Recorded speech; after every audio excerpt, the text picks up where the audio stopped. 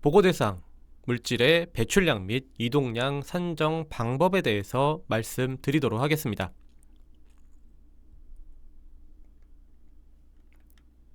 먼저 단위 공정별 배출원입니다. 환경으로의 배출량과 이동량이 발생되는 주요 공정 그리고 배출원을 분류하면 다음과 같습니다. 사업장에서 제품을 생산하기 위해 원료 물질을 저장하는 저장 탱크하고 화학물질의 이동과 관련된 모든 공정을 포함하는 이송, 배관, 운반 시설이 있습니다. 저장 탱크와 이송 시설은 제품을 생산하는 대부분의 사업장이 해당되기 때문에 혹시 우리 사업장이 해당 시설이 있음에도 지금까지 배출량 산정에서 누락되어 있지는 않았는지 확인 부탁드립니다.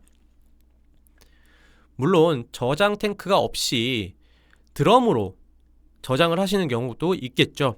그런 경우에는 이제 저장 시설에서의 배출량은 따로 산정하지는 않습니다. 하지만 저장 탱크에 휘발성 물질을 저장하신다라고 하면은 저장 탱크에서의 발생량 또는 배출량을 산정해 주셔야 되고요. 저장 탱크에 만약에 대기오염 방지 시설이 연결이 되어 있다라고 하면은 직결로 연결되어 있으면은 결국에는 저장 탱크에서 발생된 모든 양은 대기오염 방지 시설을 통해서 나가겠죠. 이럴 때는 저장 시설의 배출량이 아니라 대기오염 방지 시설의 배출량이 되겠습니다. 그런데 간혹 방지 시설이 직결로 연결되지 않고 포이식 후드로 연결되어 있을 경우 100% 포집되는 경우는 아니죠. 이럴 때는 저장 탱크에서의 비산 배출량과 방지 시설의 점대기 배출량을 각각 산정해 주셔야 됩니다. 이 부분은 뒤에서 조금 더 자세하게 설명드리겠습니다. 제품을 제조하기 위한 혼합, 코팅, 반응, 탈지, 세정, 용제, 회수 등의 공정과 환경오염을 방지하기 위한 대기오염 방지 시설 등은 업종별 또는 업체별로 몇 가지 공정만 해당이 되실 겁니다. 따라서 지침서를 보실 때 우리 사업장에 어떠한 공정이 있는지 먼저 파악하시고 그 공정에 해당되는 내용만 확인을 하시면 되겠습니다. 그리고 빗물에 의한 배출이나 장치 세척, 점검, 보수, 사고로 인한 누출 등의 비정상 조업은 해당 사건이 발생될 경우에만 적용될 것입니다. 이렇게 단위 공정별 배출원은 총 16개로 구분되어 있습니다. 따라서 사업장에서는 취급하는 물질별 배출원을 확인하셔서 해당되는 공정에 대한 배출량을 산정하시길 바랍니다.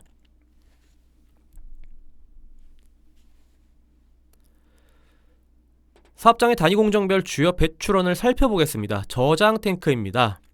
액상 원료를 저장 탱크에 저장하는 경우 저장 탱크 내에 대상 물질이 이제 유입이 되면은 탱크 내에 증기와 혼합 기체가 압력에 의해서 외부로 배출될 수 있죠.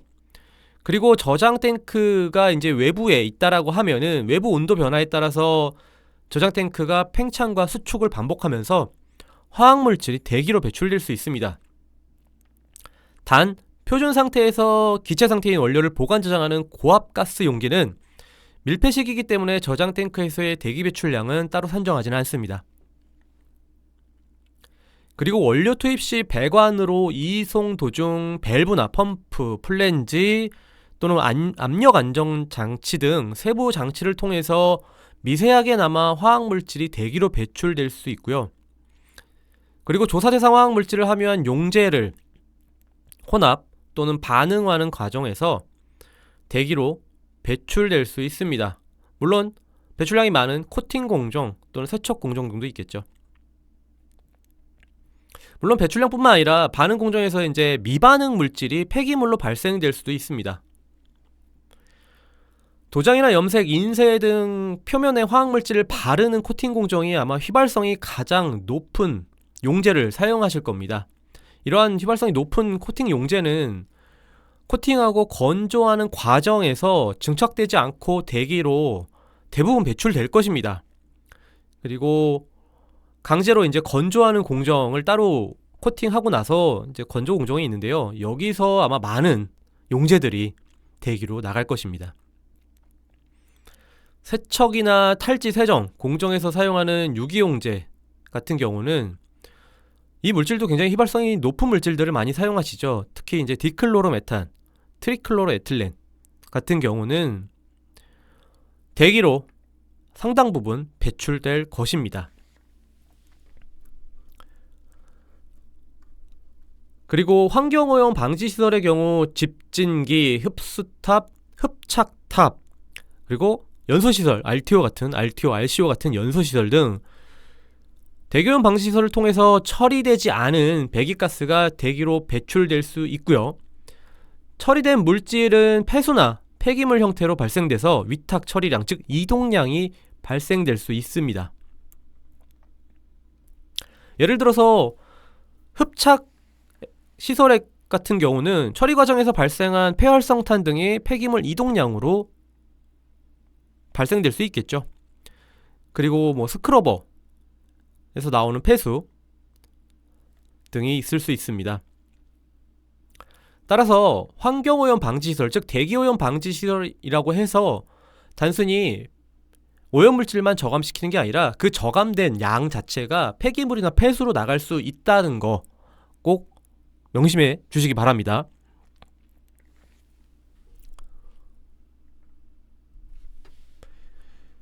다음은 공정별 주요 배출원을 파악합니다. 공정별 배출원 파악에서는 앞서 단위 공정별 배출원에 대한 먼저 파악을 하시고, 그럼 우리 사업장에는 어떠한 배출원이 있는지 확인을 하셔야 됩니다.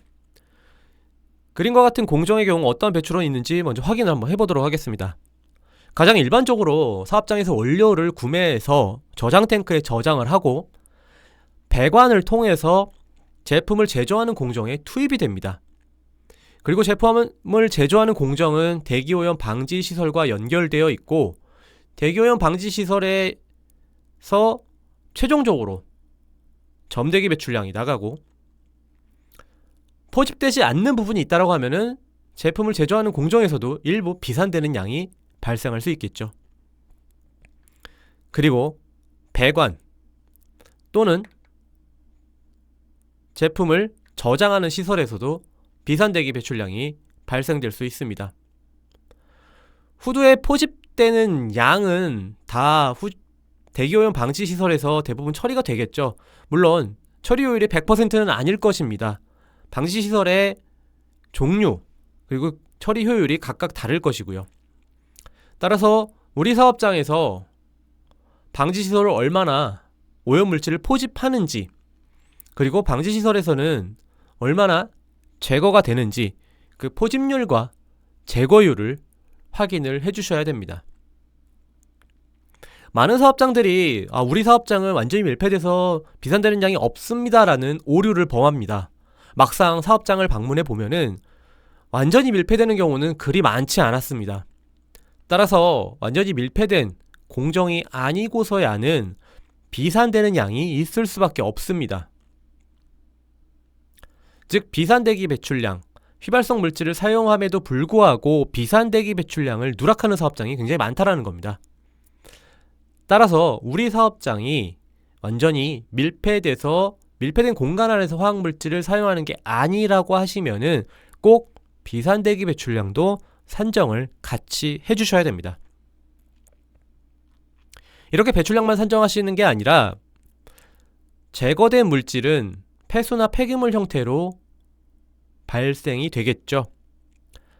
그 물질을 완전히 분해해서 연소해서 분해시키는 것이 아니라고 하면은 활성탄에 흡착된 양, 그리고 흡수탑, 스크러버에 용해된 물질의 양 등을 폐수나 폐기물 형태로 꼭 보고를 해주셔야 됩니다. 그리고 사용하다가 남은 양 등을 폐기할 때도 폐기물 이동량으로 보고를 해주셔야 됩니다.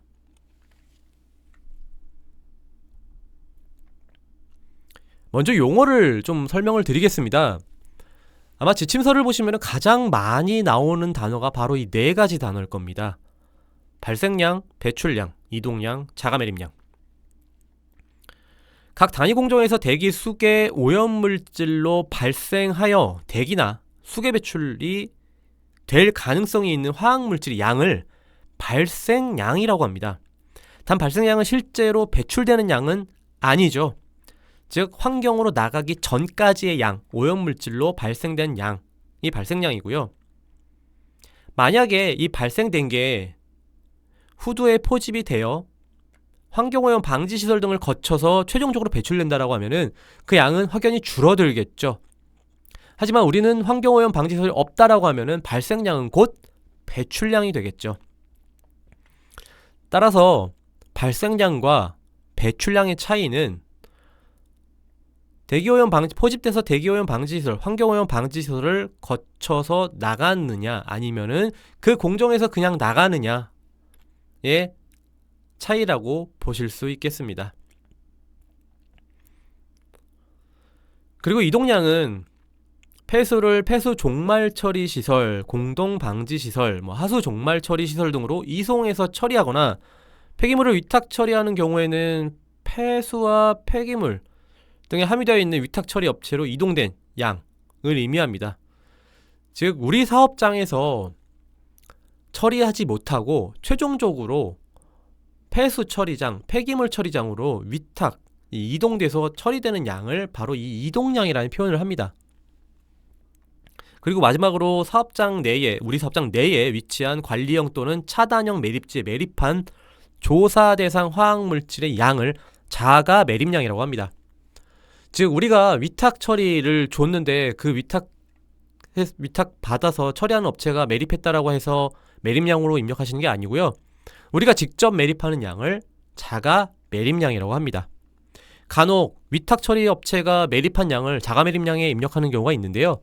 그렇게 입력하시면 안 되고요. 우리가 받아서 매립하는 것 또는 우리가 최종적으로 매립하는 양을 자가 매립량에 입력을 해주셔야 됩니다. 배출량은 점대기 배출량과 비산대기 배출량이 있습니다. 먼저 배출량은 단위가 킬로그램입니다. 앞서 말씀드린 취급량의 단위와는 다르죠. 취급량은 톤, 배출량은 킬로그램. 점대기 배출량은 굴뚝이나 덕트, 대기 오염 방지 시설 또는 소각 시설 등과 같이 기체의 흐름을 일으키는 장치를 통해서 대기로 배출되는 걸 점대기 배출량이라고 하고요. 사업장 내에서 제조, 사용, 운반, 보관 등의 공정을 통해서 배출되거나 또는 부주의한 취급 사고 등으로 인해서 배출되는 것을 비산대기 배출량이라고 합니다. 점대기 배출량과 비산대기 배출량의 차이는 환기장치에 포집되지 않고 그대로 나가는 건 비산, 그리고 포집돼서 방지시설을 거쳐서 강제로 배기하는 장치를 거쳐서 나가는 건 점대기라고 합니다. 정말 입력하실 때 많은 오류를 하시는데요. 앞서 말씀드린 바와 같이 공정을 선택해서 배출량을 입력하시는데 보통 대기오염 방지시설이라는 공정은 점대기 배출량이 나올 거고요. 그 외의 공정은 비산대기 배출량이 나올 것입니다. 즉 하나의 공정에 점대기 배출량과 비산대기 배출량을 한꺼번에 입력하시면 안 되고요. 만약에 저장시설에 대기오염 방지시설이 연결되어 있다라고 하면은 100% 포집돼서 저장시설에서 발생된 게 100% 포집돼서 방지시설 쪽으로 해서 나간다라고 하면은 저장시설이 아니라 대기오염 방지시설의 점대기 배출량을 입력해 주셔야 되고요. 100% 포집되지 않고 저장 탱크에서 일부 나간다라고 하면은 저장 탱크의 비산대기 배출량 입력, 그리고 대기오염 방지시설 포집된 양, 포집돼서 제거되고 나가는 양 점대기 배출량을 입력해 주셔야 됩니다. 만약에 저장 탱크에 방지시설이 연결되어 있지 않았다라고 하면은 저장 탱크의 비산대기 배출량만 입력해 주시면 되겠습니다. 따라서 우리 사업장이 각 공정에 대기오염 방지시설이 연결이 되어 있는지 안 되어 있는지 여부에 따라서 점대기가 발생될 수도 있고 아닐 수도 있습니다. 비산대기 배출량은 제품을 제조하는 공정 쪽에 입력을 해주셔야 되고요. 점대기 배출량은 대기오염 방지시설 쪽에서 입력을 해주시면 되겠습니다. 물론 간혹 그런 경우가 있습니다. 혼합시설에 후드가 연결되어 있는데 이게 방지시설을 통해서 나가는 게 아니라 그냥 포집해서 외부로 내보냈다라고 하면은 혼합시설에서 점대기 배출량이 있을 수도 있겠죠. 그런데 그런 경우는 거의 드물죠. 대부분 공정에 후드가 있다라고 하면은 방지시설을 통해서 나가기 때문에 그 방지시설의 점대기 배출량으로 입력을 해주셔야 됩니다. 그리고 중요한 사항입니다. 대기환경보전법에 따른 대기배출시설 1에서 3종 사업장은 배출시설 정보하고 대기 자가측정 정보를 대기배출원 관리 시스템에 아마 입력을 하실 겁니다. 그런데 많은 사업장이 이 대기배출원 관리 시스템, 즉 샘스에 입력된 값을 대기오염 방지시설에 그대로 입력하시는 경우가 있습니다. 물론 배출원이 동일하다라고 하면은 배출 물질과 배출원이 동일하다라고 하면은 그 물질의 배출량으로 샘스 배출량을 사용하셔도 활용하셔도 됩니다. 단 배출원이 동일할 경우에만 해당이 됩니다.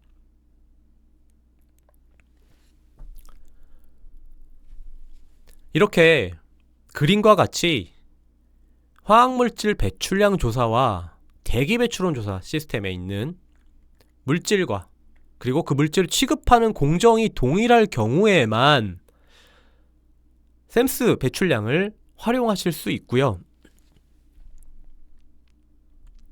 만약에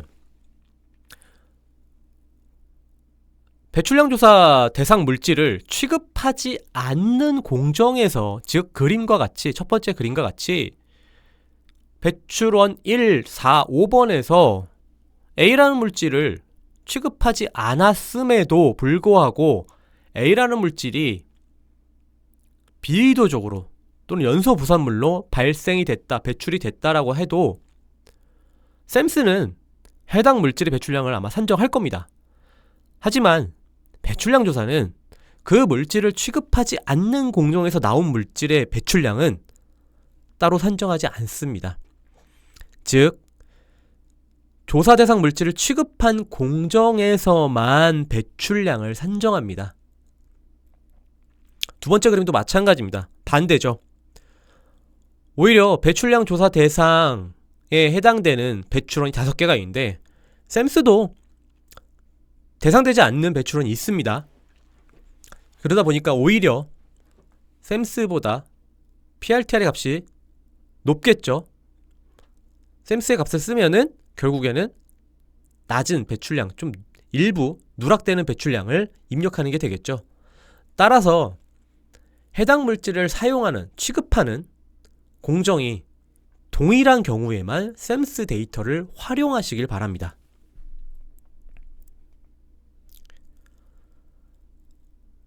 PRTR과 샘스 배출원이 불일치한 사업장의 사례입니다. 암모니아를 취급하는 사업장에서 샘스에 입력된 암모니아 배출량을 15,000kg을 입력하셨습니다. 근데 확인해 보니까 암모니아를 취급하지 않는 공정에서 엄청난 양의 암모니아가 반응에 의해서 발생이 됐던 것이죠.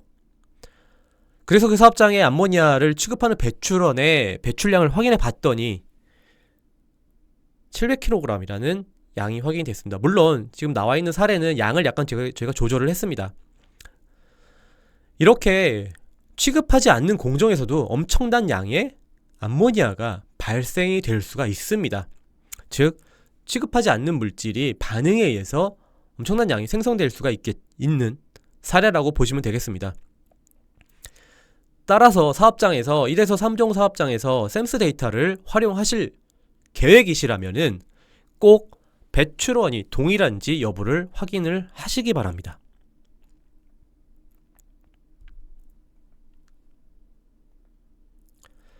다음은 수계 배출량, 토양으로의 배출량, 자가 매립량입니다. 수계로의 배출량은 사업장 내에 폐수 처리 시설에서 1차 처리한 후 하천이나 호소, 항만 등 공공 수역으로 직접 배출된 양입니다. 여기서 주의하셔야 될 부분은 직접 사업장에서 공공수역으로 배출하신 양입니다. 외부의 폐수 종말 처리시설, 공동방지시설 또는 하수 종말 처리시설로 보내는 것은 다 폐수 이동량으로 작성을 해주셔야 합니다. 간혹 유기용제 같은 것을 수계 배출량으로 입력하시는 사업장이 있습니다. 그것도 엄청나게 많은 양을. 대부분 잘못됐을 확률이 높죠. 아마 폐수 종말 처리시설, 하수 종말 처리시설로 보내는 것을 잘못 입력했을 것입니다. 토양으로의 배출량도 마찬가지입니다. 토양으로의 배출량은 제조, 사용, 운반 과정에서 폐수, 폐기물 운반 또는 처리시설에서 사고나 부주의에 의해서 토양으로 배출된 조사 대상 화학물질의 양입니다. 한마디로 사업장에서 사고, 부주의로 인해서 토양으로 누출된 양이죠. 우리나라는 토양으로의 배출량 자체가 불법이죠. 따라서 토양으로의 배출량을 입력하셨다라고 하면은 우리 사업장 사고 났어요, 또는 우리 사업장에서 누출됐어요 라고 말씀하시는 거랑 동일합니다. 물론 사고 났는데도 불구하고 입력을 안 하시면 안 되겠죠. 따라서 토양으로의 배출량을 입력하실 사업장이라고 하면은 누출된 게 있는지 또는 사고 나서 토양으로 나간 게 있는지를 꼭 확인하신 다음에 입력을 해주시길 바랍니다. 자가 매립량은 사업장 내에서 관리하는 관리형 또는 차단형 매립지에 매립한 양입니다. 즉 우리 사업장에서 매립한 양입니다. 다음은 이동량입니다. 폐수, 폐기물 형태로 발생이 돼서 위탁 처리한 양을 바로 이 이동량이라고 표현을 합니다. 단, 이동량을 입력하실 때는 415종 물질이 포함된 전체 양, 그 중에 415종이 얼마인지 양을 각각 나눠서 입력을 해주셔야 됩니다. 폐수나 폐기물 모두 동일합니다. 폐기물을 예를 들면 폐기물 처리 업체로 보낸 전체 폐기물 이동량은 톤 단위로 입력을 해주셔야 되고요. 그렇게 나간 폐기물 중에서 그럼 415종 물질이 얼마나 포함이 되어 있는지 그 양은 킬로그램 단위로 입력을 해주셔야 됩니다.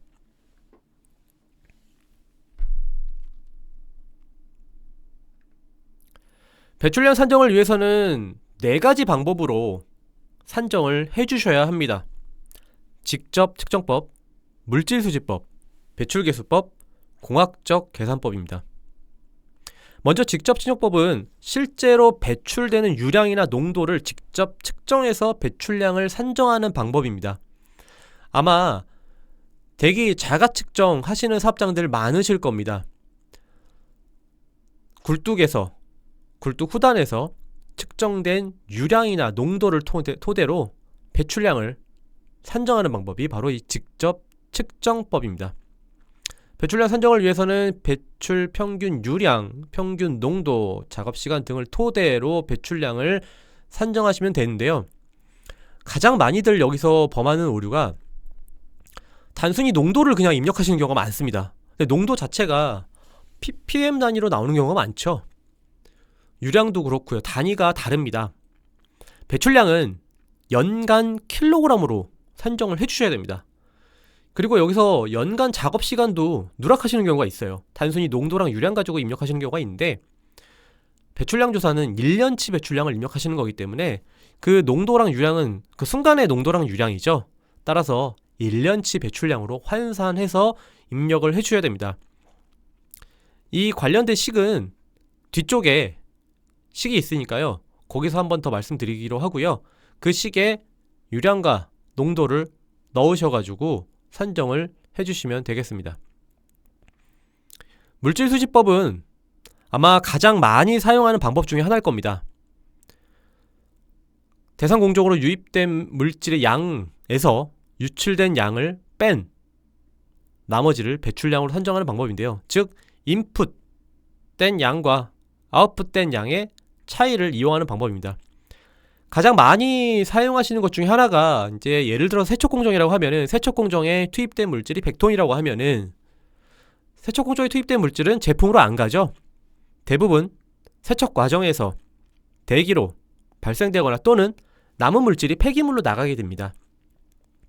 따라서 사용된 물질의 양에서 폐기물로 나간 양을 제외한 나머지를 발생량으로 보고 배출량을 산정해 주셔야 됩니다. 이게 바로 물질수지법입니다.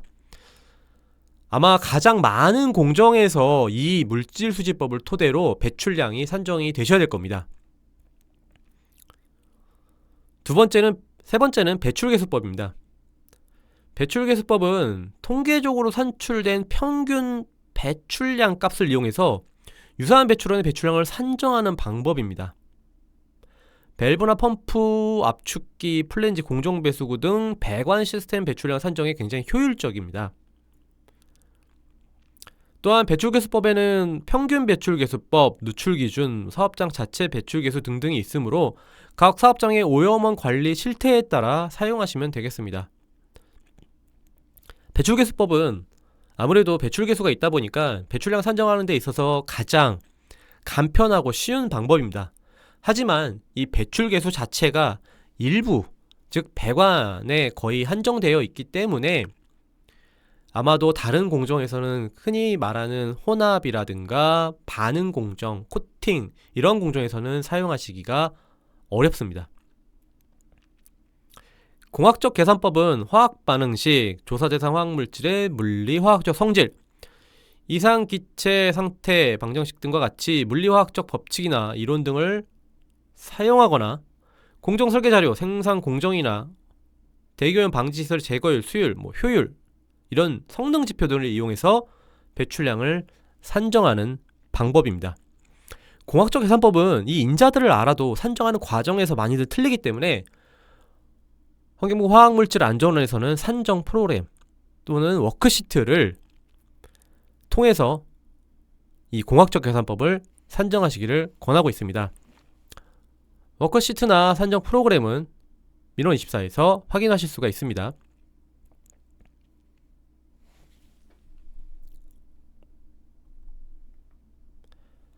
화학물질의 배출량 및 이동량 산정에 도움이 되는 참고자료는 아무래도 대기 측정 기록부, 그리고 후드에 포집 효율이나 대기오염 방지 시설의 제거 효율이 나와 있는 자료 등이 있겠죠. 이런 자료를 통해서 배출량을 산정하시길 바랍니다.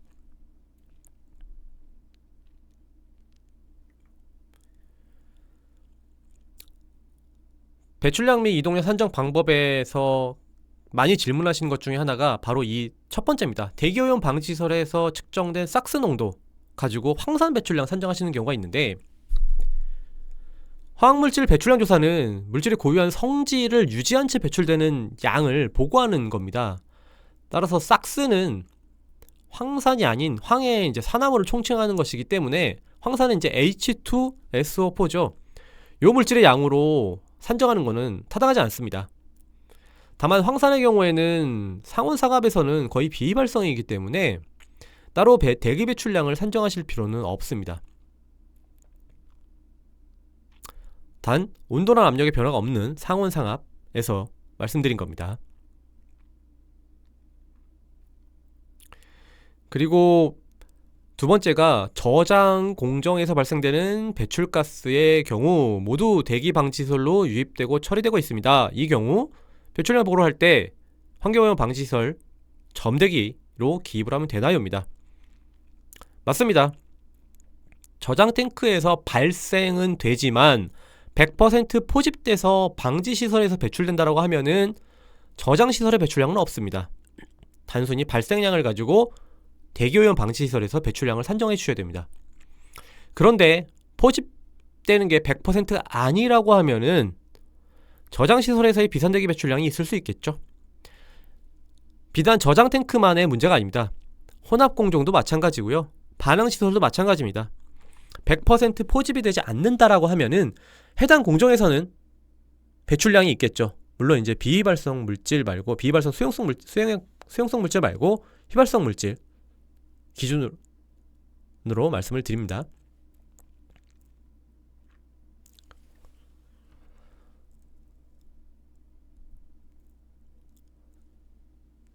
그리고 휘발성 물질이지만 중간체 역할을 하며 전량 제품화가 됩니다. 그러면 배출량을 0으로 표시해도 되나요입니다. 휘발성 물질을 취급한다라고 하면은 완전히 밀폐 구조가 아닌 이상 배출이 일어날 수 있겠죠. 전량 제품으로 들어간다 해도 그 제품으로 들어가기 전까지의 과정에서 일부 휘발돼서 배출량이 발생될 수 있을 것입니다.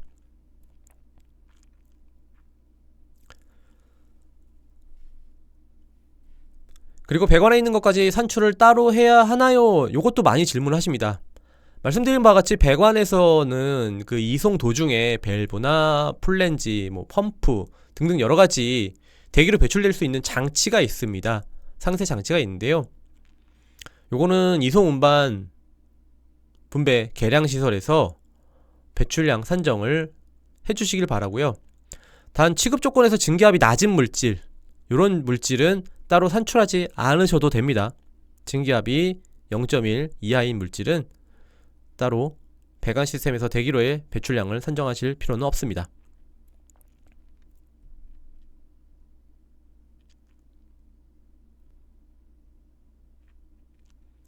여기서는 마지막 대기 방지 시설 중 활성탄 흡착탑을 통해 화학물질 제거하는데, 화학물질이 흡착된 활성탄 교체하지 않았다 라고 하시면은 이동량을 어떻게 해야 하나요입니다. 앞서 말씀드린 바와 같이 폐기물 이동량으로 원래는 폐활성탄을 이동량으로 산정해 주셔야 되는데, 폐활성탄을 교체하지 않으셨다라고 하면 이동량이 없는 거죠. 흡착만 되고, 즉 제거만 하고 폐기물로 발생이 되지 않은 겁니다. 근데 여기서 주의하셔야 될 부분은 이거 말고도 폐활성탄 전체 양을 이동량으로 입력하시면 안 됩니다. 폐활성탄에 흡착된 화학물질의 양을 이동량으로 입력해 주셔야 됩니다. 이동량 입력할 때 두 가지죠. 전체 양과 그 중에 화학물질의 양이죠. 전체 양은 폐활성탄 전체 양을 입력해 주시면 되고요. 그 중에 화학물질 양이 얼마냐 라고 했을 때는 흡착된 양, 즉 제거된 양이겠죠. 제거된 양을 이동량으로 입력해 주시면 됩니다.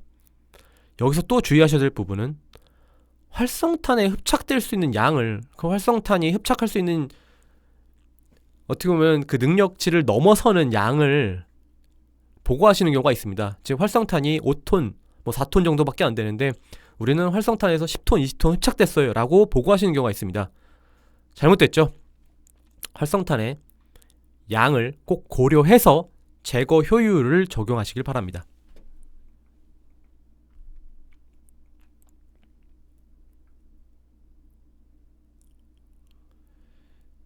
그리고 첫 번째는 황산과 가성소다를 자체 폐수 처리장에서 pH 조절용으로 투입하고, 이후 폐수 정말 처리장에서 연계 처리합니다. 이렇게 중화된 물질도 이동량으로 산정해야 하나요입니다. 황산과 가성소다를 pH 조절제로 사용하고 pH 6에서 8로 중화 처리해서 내보냈으면은 사용량만 산정해 주시고 배출 이동량은 산정하실 필요는 없습니다. pH 조절용으로 사용한 그 이후부터는 이동량, 수기 배출량, 배출량 다 없는 걸로 보시면 되겠습니다.